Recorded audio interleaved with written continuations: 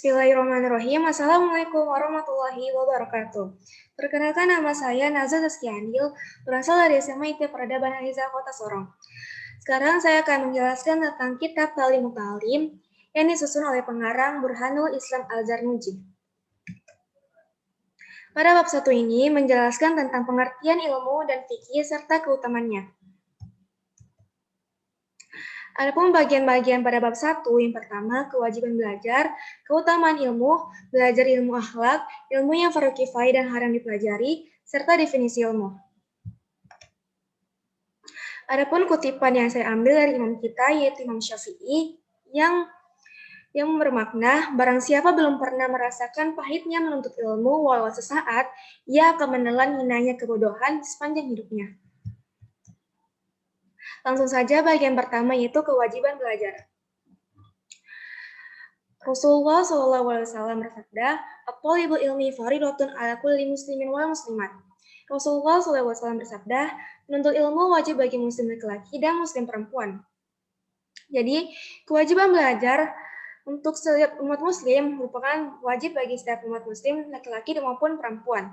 Karena pentingnya belajar, Allah pun berjanji akan mengangkat derajat orang-orang yang berilmu dan beriman kepadanya.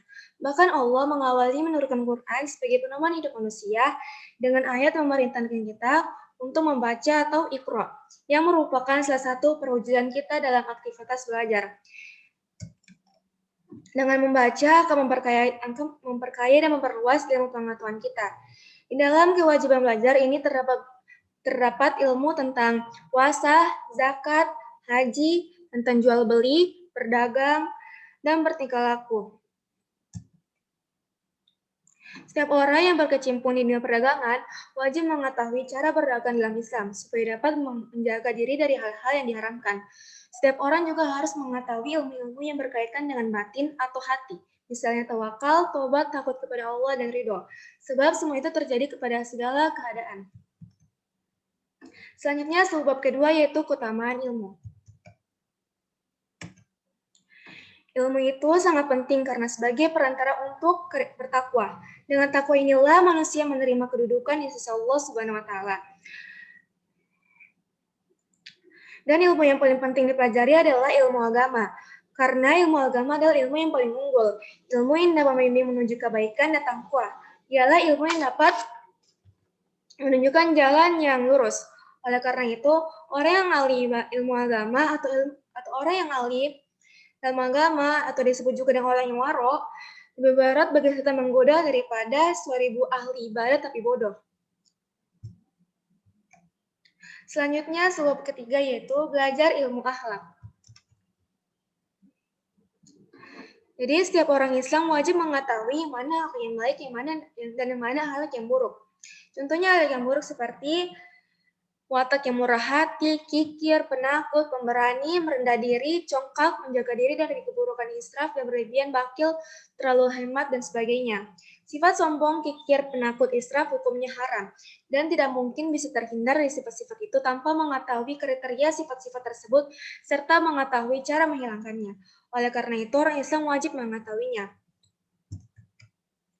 Selanjutnya yaitu bab keempat, ilmu yang fardu kifayah dan yang haram dipelajari. Ilmu yang fardu kifayah contohnya ialah ketika salat jenazah. Apabila di suatu tempat sudah ada yang mempelajari ilmu tersebut, maka yang lain bebas dari kewajiban. Tetapi ketika di suatu daerah tersebut tak ada seorang pun yang mengetahui ilmu tersebut, maka seluruh daerah itu mendapatkan dosa. Dan selanjutnya, ilmu yang haram dipelajari adalah ilmu nujum atau disebut juga dengan ilmu falak. Karena ia diibaratkan penyakit yang sangat membahayakan. Dan mempelajari ilmu nujum atau ilmu falak ini hanyalah sia-sia belaka, gak ada manfaatnya, karena tidak bisa menyelamatkan seseorang dari takdir Tuhan.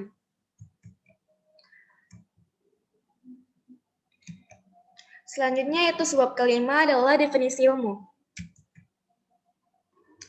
Ilmu ditafsiri dengan sifat yang dimiliki seseorang, maka menjadi jelaslah apa yang terlintas di dalam pengertiannya. Fikih adalah pengetahuan tentang kelembutan-kelembutan ilmu. Ilmu jar Abu Hanifah. Fikih adalah pengetahuan tentang hal-hal yang berguna, yang berbahaya bagi diri seseorang. Ujarnya lagi, ilmu tidak hanya untuk diamalkannya. Sedang mengamalkannya di sini berarti meninggalkan orientasi akhirat. Jadi, definisi ilmu adalah usaha sadar untuk menyelidiki, menemukan, dan meningkatkan pemahaman manusia dari berbagai segi kenyataan dalam alam manusia, atau sesuatu pengetahuan yang diberikan oleh Allah SWT kepada makhluknya, seperti dalam proses pembelajaran, yaitu dari membaca, memahami, dan menulis. Sekian dari saya, mohon maaf apabila salah kata. Wassalamualaikum warahmatullahi wabarakatuh.